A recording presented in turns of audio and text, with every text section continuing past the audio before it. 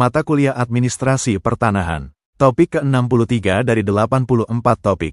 Jual beli, tukar-menukar, dan hibah hak atas tanah, bagian kedua. Bagaimana acara jual beli tanah yang sudah mempunyai sertifikat? Penjual dan pembeli datang ke kantor PPAT yang berwenang membuat akta mengenai tanah yang dijual. Mereka masing-masing dapat diwakili oleh seorang kuasa.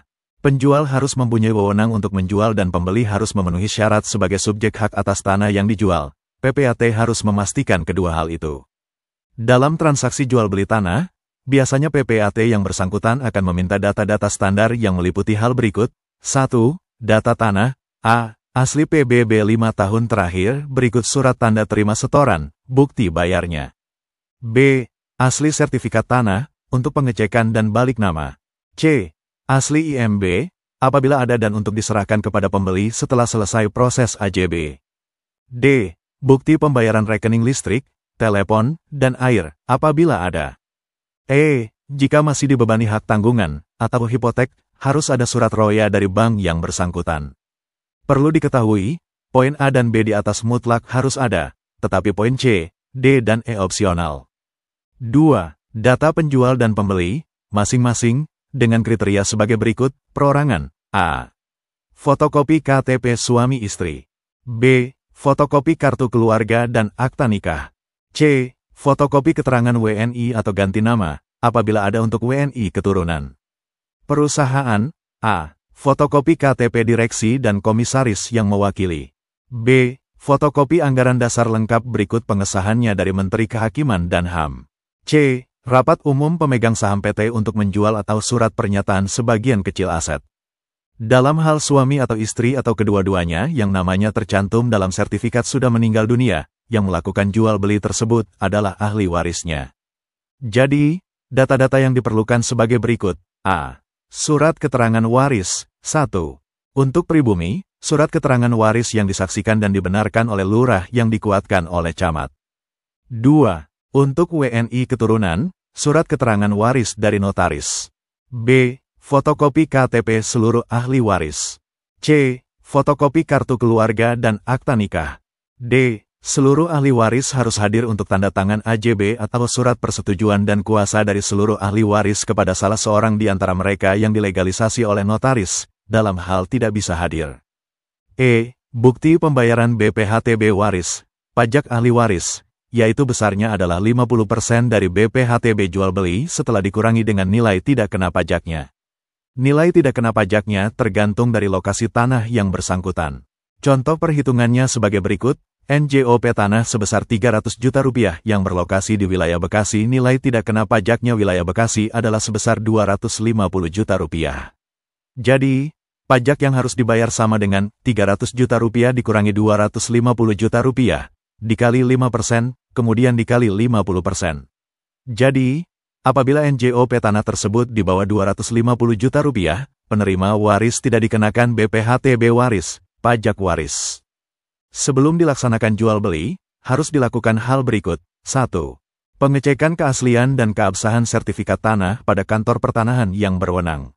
2. Para pihak harus melunasi pajak jual beli atas tanah dan bangunan tersebut. Penghitungan pajaknya sebagai berikut. Pajak penjual, PPH, sama dengan NJOP dibagi harga jual dikali 5%. Pajak pembeli, BPHTB, sama dengan NJOP atau harga jual dikurang nilai tidak kena pajak, dikali 5%. Jika PPAT menganggap perlu, misalnya jika ia meragukan wewenang orang yang akan mengalihkan hak yang bersangkutan, ia dapat meminta supaya pembuatan akta disaksikan oleh kepala desa dan seorang anggota pemerintahan desa dari tempat letak tanah yang akan dijual. Dalam hal ini, mereka, khususnya kepala desa, bukan hanya menyaksikan dilakukannya jual beli tanah yang bersangkutan, melainkan juga menanggung bahwa tanah yang dijual itu benar tanah hak milik dan penjual berwenang untuk menjualnya. Surat-surat yang harus diserahkan kepada PPAT sebagai berikut. 1. Sertifikat tanah yang hendak dijual. 2. Surat tanda bukti pembayaran pendaftaran jual beli yang diadakan. Biaya pendaftaran dapat dibayar langsung kepada kantor pertanahan dan dapat pula dibayar melalui kantor pos terdekat. Biasanya pembayaran itu baru merupakan uang muka karena belum diketahui secara pasti berapa biaya yang wajib dibayar. Penyelesaiannya dilakukan pada waktu jual belinya dimintakan pendaftaran pada kantor pertanahan. PPAT dilarang membuat akta jual beli sebelum ketentuan tersebut diserahkan kepadanya. Kewajiban untuk menyerahkan sertifikat dimaksudkan untuk mencegah jangan sampai terjadi penjualan tanah lebih dari satu kali. Oleh karena itu, setelah akta jual beli dibuat, PPAT wajib menahan sertifikat tanahnya untuk disampaikan kepada Kepala Kantor Pertanahan, kecuali kalau yang berkepentingan sendiri yang akan menyampaikan. Bagaimanapun sertifikat tersebut jangan berada di tangan penjual sesudah akta jual beli dibuat.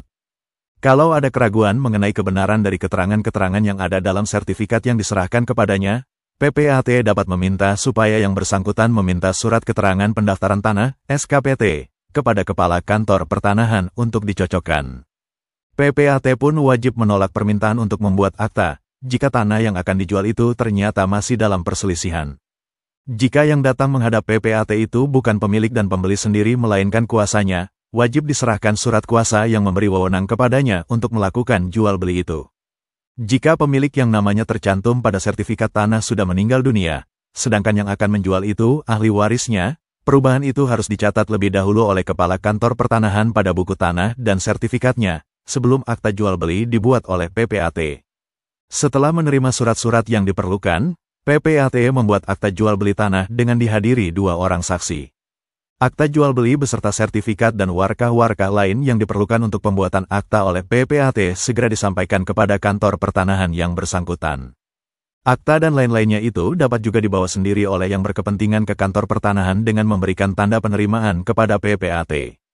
Setelah menerima dan memeriksa segala surat yang bersangkutan, apabila semua beres, langkah berikutnya ialah pendaftaran jual beli dalam buku tanah yang bersangkutan dan pencoretan nama penjual dan pencantuman nama pembeli dalam sertifikat. Jika jual beli itu tidak memerlukan izin pemindahan hak, pendaftaran dalam buku tanah segera dilakukan. Demikian pula pencoretan nama penjual dan pencantuman nama pembeli dalam sertifikat langsung diselesaikan oleh Kantor Pertanahan. Apabila diperlukan izin pemindahan hak, selain surat-surat tersebut, disampaikan pula kepada Kepala Kantor Pertanahan permohonan izin pemindahan haknya, rangkap 4, disertai salinan akta jual belinya untuk diteruskan kepada instansi pemberi izin. Kepala Kantor Pertanahan segera menyampaikan permohonan izin pemindahan hak kepada instansi yang berwenang. Jika izin pemindahan hak diberikan atau dianggap telah diberikan karena tidak diambil suatu keputusan oleh instansi pemberi izin dalam tenggat yang ditentukan, diselenggarakan pendaftaran jual beli oleh Kepala Kantor Pertanahan sebagaimana dijelaskan di atas. Jika permohonan izin pemindahan hak ditolak, pada akta jual beli, yang bermeterai, dibubuhkan catatan mengenai penolakan itu. Kemudian, semua warkah yang diterima, termasuk akta jual beli tersebut dan sertifikat, dikembalikan kepada yang berkepentingan. Kalau semula diterima dari PPAT, pengembalian warkah-warkah itu dilakukan dengan perantaraan pejabat tersebut. Yang berkepentingan akan menerima kembali biaya pendaftaran yang telah dibayarnya. Demikianlah materi topik ke-63, Administrasi Pertanahan. Channel ini akan sangat membantu pemahaman mahasiswa yang sedang kuliah di berbagai perguruan tinggi, dan wawasan bagi masyarakat umum. Untuk pemahaman yang lebih baik, putar dan dengarkan video tutorial berulang-ulang.